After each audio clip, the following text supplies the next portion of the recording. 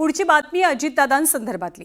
राज्याचे उपमुख्यमंत्री आणि अर्थमंत्री अजित पवारांनी सोलापूर जिल्ह्यातील करमाळ्याच्या पोलीस उपअधीक्षक अंजना कृष्णा यांना फोनवरून दमदाटी केल्याचा आरोप करण्यात आलाय।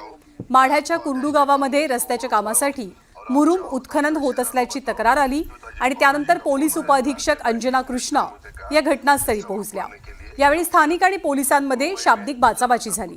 हा सगळा वाद सुरू असताना राष्ट्रवादी काँग्रेसचे कार्यकर्ते बाबा जगताप यांनी थेट उपमुख्यमंत्री अजित पवारांना कॉल केला आणि बोलण्यासाठी फोन अंजना कृष्णा यांच्याकडे दिला। तर अंजना कृष्णा यांनी अजित पवारांना ओळखलं नाही म्हणून काहीशा रागावलेल्या अजितदादांनी अंजना कृष्णा यांना खडेबोल सुनावत थेट व्हिडिओ कॉल लावला। मुझे कैसे पता है आप सर समझ रही है सर, जो आप बोल रही है समझ रही है, पर मुझे हाँ तो हमको उनको मदद करने का ही काम है सर। आपके साथ बोल रहा हूँ, मैं आपको आदेश देता हूँ कि वो रुकवाओ और आप जाओ और तहसीलदार को बताओ कि अजित पवार जी का फोन आया था, डिप्टी चीफ मिनिस्टर ने मुझे कहा ये सब रुकवाने के लिए, क्योंकि अभी मुंबई में जरा मुंबई का माहौल एकदम खराब हुआ है, उसको अपने को प्राधान्य देना है। मेरा नाम बताओ उनको सर। वो मुझे आप एक काम कीजिए, आप मुझे मेरे फोन में मतलब डायरेक्ट कॉल कीजिए ना। एक मिनट, मैं तेरे ऊपर एक्शन लूंगा। अभी मैं खुद आपके साथ बोल रहा हूँ कि आप मुझे डायरेक्ट कॉल बताती हो। सर मुझे कैसे पता है आप सर समझ रही है सर, जो आप बोल रही है समझ रही है, पर मुझे सुनो मुझे देखना है ना, मेरा नंबर दे दो या व्हाट्सएप कॉल करो। ठीक है सर, मैं यहाँ से बोल देता हूँ। ठीक है सर, मेरा चेहरा तो आपको समझ में आएगा ना। ठीक है सर। इतना आपको डेयरिंग हुआ है क्या सर? मेरे तो कार्रवाई जो किया है मुझे कैसे पता है सर? आणि आपण पाहूया की अंजना कृष्णा ज्यांच्यासोबतचा हा एक प्रकारे वाद रंगला फोनवरनं अजित पवारांचा, त्या अंजना कृष्णा कोण आहेत? अंजना कृष्णा या केरळमधील त्रिवेंद्रमच्या 2022 आणि 23च्या UPSC परीक्षेच्या पासआउट आहेत। 355वा रँक त्यांचा UPSCच्या परीक्षेमध्ये होता। सध्या त्या करमाळ्यामध्ये पोलीस उपअधीक्षक या पदावरती काम करतात। एक कडक शिस्तीच्या अधिकारी म्हणून त्यांची ओळख त्यांनी निर्माण केलेली आहे। सोबतच अवैध व्यवसायांविरोधात कडक कारवाई करण्यासाठी त्या प्रसिद्ध आहेत।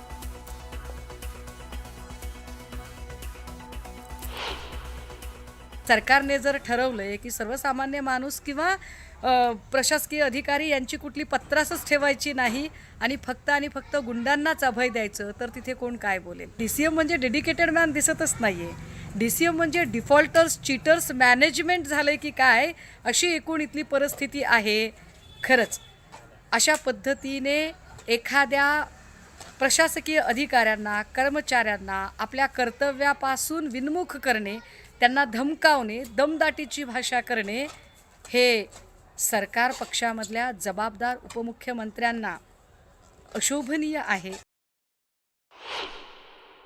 यंग ऑफिसर तुम्हाला काही प्रश्न विचारते तर ते तुम्हाला झोंबतात, त्यावर तुम्ही त्यांना आणि धमकी देता की तुझं डेअरिंगच कसं झालं। मी उपमुख्यमंत्री बोलतोय, मला असं वाटतं अजित पवारांना एक गोष्टीचं भान ठेवायला हवं की त्या IPS ऑफिसर आहेत आणि त्या अतिशय उच्च शिक्षित आहेत। पातळी सांभाळून त्यांनी वागणं गरजेचं आहे। प्रत्येकाला शहाणपण शिकवायला जातात आणि आज जे त्यांनी केलं ते अतिशय डिस्टर्बिंग आहे। कुठल्याही प्रकारे त्या ऑफिसरला जर त्रास झाला, त्यांची बदली केली, त्यांना कुठल्याही प्रकारे त्यांचा छळ झाला तर मात्र अजित पवार तुम्हाला आम्ही सोडणार नाही। आमची प्रमुख मागणी आहे, अजितदादांनी राजीनामा द्यावा आणि महाराष्ट्राची माफी मागावी, लाडक्या बहिणींची, लाडक्या भावांची माफी मागावी आणि या ठिकाणी मुख्यमंत्र्यांनी लक्ष घालण्याचं काम करावं ही आमची विनंती आहे। आणि या संभाषणावरनं जेव्हा वाद निर्माण झाला, या वादाबद्दल प्रतिक्रिया देताना अजित पवार काय म्हणाले ते आपण पाहूया। प्रोबेशनरी अधिकाऱ्याला जर राज्याचे उपमुख्यमंत्री माननीय अजितदादा पवार कोण अशा प्रकारचा प्रश्न जर एक अधिकारी विचारत असेल तर हे देखील चुकीचं आहे। माननीय अजितदादा पवार साहेबांनी त्यांना एवढंच सांगितलं की कारवाई थांबवावी। तशा प्रकारच्या सूचना माझ्या फोन आल्याच्या या तहसीलदारांनी द्यावा। पर्यावरण मंत्री पंकजा मुंडे यांनी पुण्यातील गणपती मंडळांना भेट दिली आहे। पुण्यातील मानाच्या सर्व गणपतींचं पंकजा मुंडेंनी दर्शन घेतलेलं आहे. तर यावेळी पंकजा मुंडेंनी राज्याचं चांगलं कर, सगळ्यांना चांगलं आरोग्य, चांगली बुद्धी दे असं साकडं घातलं. तर ओबीसींवर अन्याय होऊ देणार नाही असंही पंकजा मुंडे म्हणाल्या.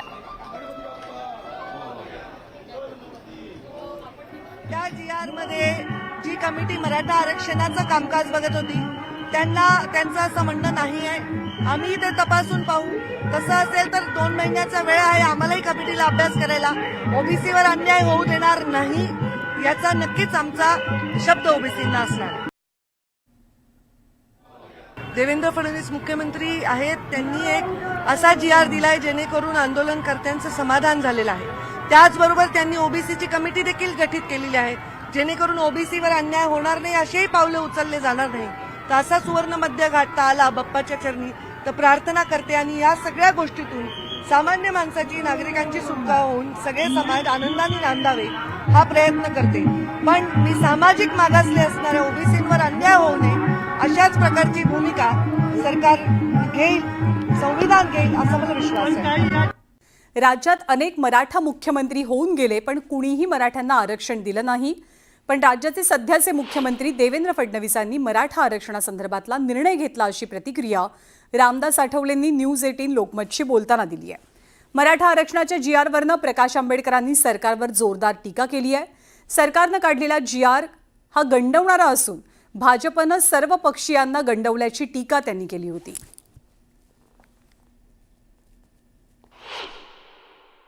मी एक आठवण करून देतो की देवेंद्र फडणवीस ब्राह्मण असले तरी त्यांनी मराठ्यांच्या बाजूने निर्णय घेतलेला आहे. बरोबर.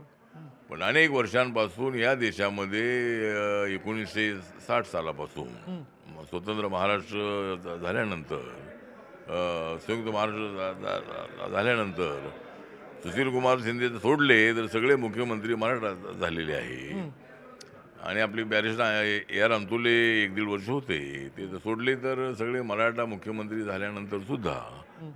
आणि अण्णासाहेब पाटील यांची मागणी फार अनेक वर्षांपासूनची होती. बरोबर आहे, बरोबर आहे. तर त्या मुख्यमंत्र्यांकडून काही निर्णय होऊ शकला नाही. पण देवेंद्र फडणवीस यांनी निर्णय घेतलेला आहे. पूर्णपणे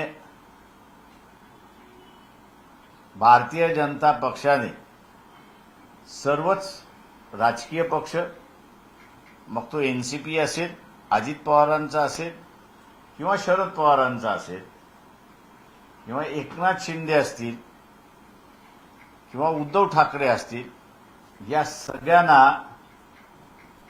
गंडवलं असं मी त्या ठिकाणी म्हणणार.